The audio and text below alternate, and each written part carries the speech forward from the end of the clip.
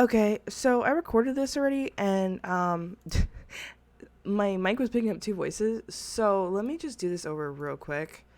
Obviously, I showed you that. Blah blah blah.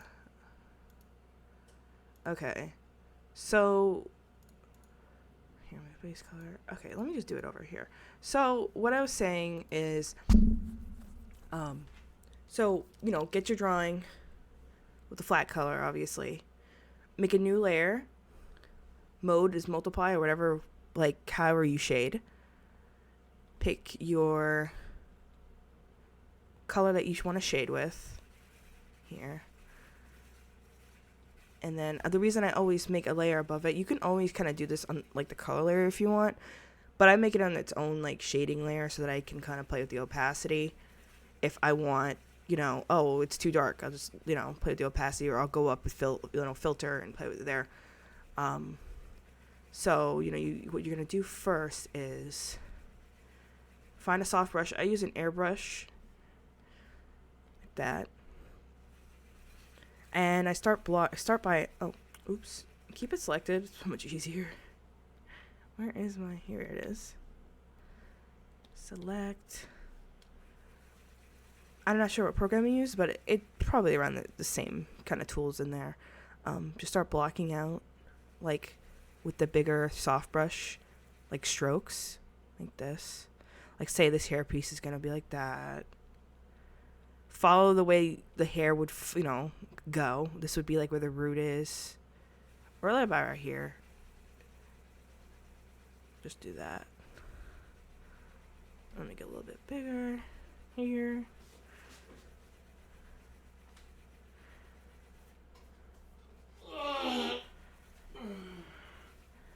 Like so.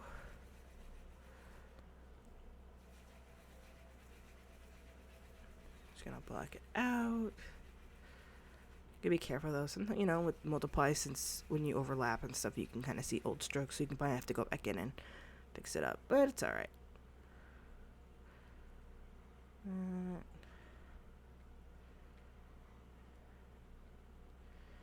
Like so. Just to block it out. Yeah, this is where the root would probably be. Right about here.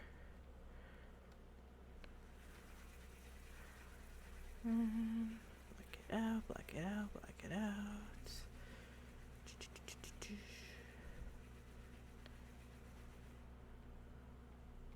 It's a little rushed, I'm sorry. Okay. And then you probably want to make it, you can keep it like this, or if you want to go in more detail, make a new layer, say mode multiply. I'll make this a little lighter, just a little bit. And go in with the same brush, but make the brush a little bit smaller. And then go back in, adding more strokes in. Just gonna do this quick.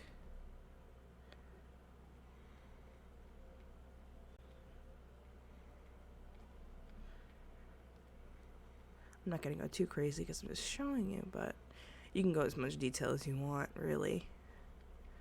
I do like that. But yeah, you can go on this side, add it in. That. It's like that. You can add as many layers as you want for that. You can play with that. Excuse me. So once you have this down and you have all the lines and strokes you want, make a new layer. You can play with screen or overlay or whatever like mode you guys have.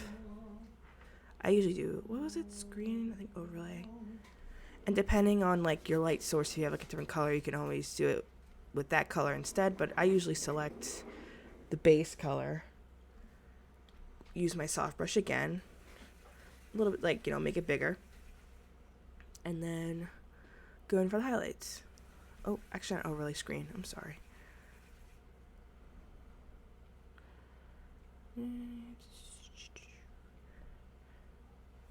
Just go like that.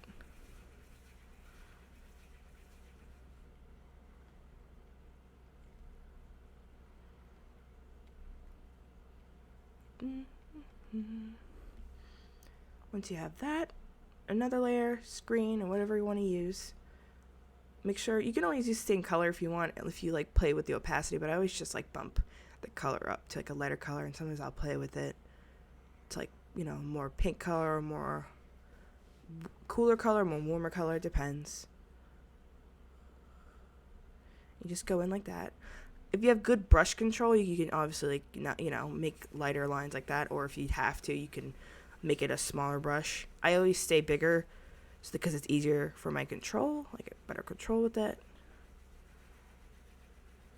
And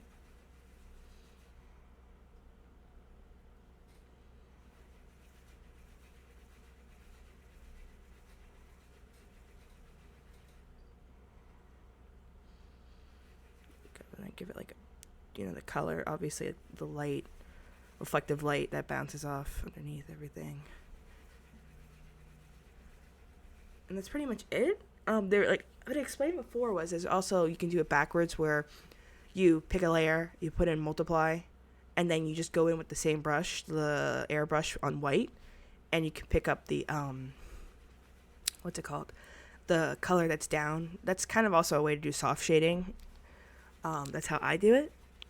But I personally think it's easier to block out the shape with your darker colors, so that you can kind of feel like where the direction the hair is going to be flowing or going, or whatever you want to do. But yeah, that's pretty much it. The good thing about this, like working with the layers, they always say less layers, whatever. I personally work with a lot of layers.